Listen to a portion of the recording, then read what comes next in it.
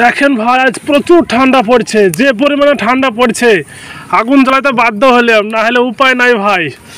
এই দেখেন ভাই বাঁশের জড় ধরে দিয়েছি আর আমার শুকনো জড় ধরে দিয়েছি ভাই। এত ঠান্ডা লাগছে বলার নাই। মানুষ আস্তে আস্তে জমছে আগুনের কাছে একটু গরম নেওয়ার জন্যে।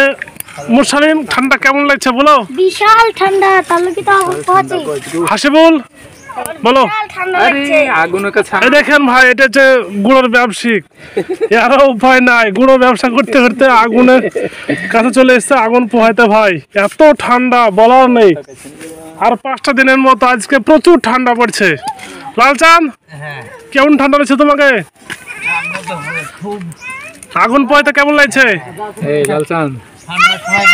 এই দেখেন ভাই আগুন পুড়ে আমার গা হাত পা গরম ধরে আছে ভাই, চিটপিট চিটপিট করছে ভাই। এত ঠান্ডা কি সহ্য হয় ভাই? উপায় নাই, আগুন জ্বালাতে বাধ্য হলাম। এখন একটু ভালো লাগছে ভাই।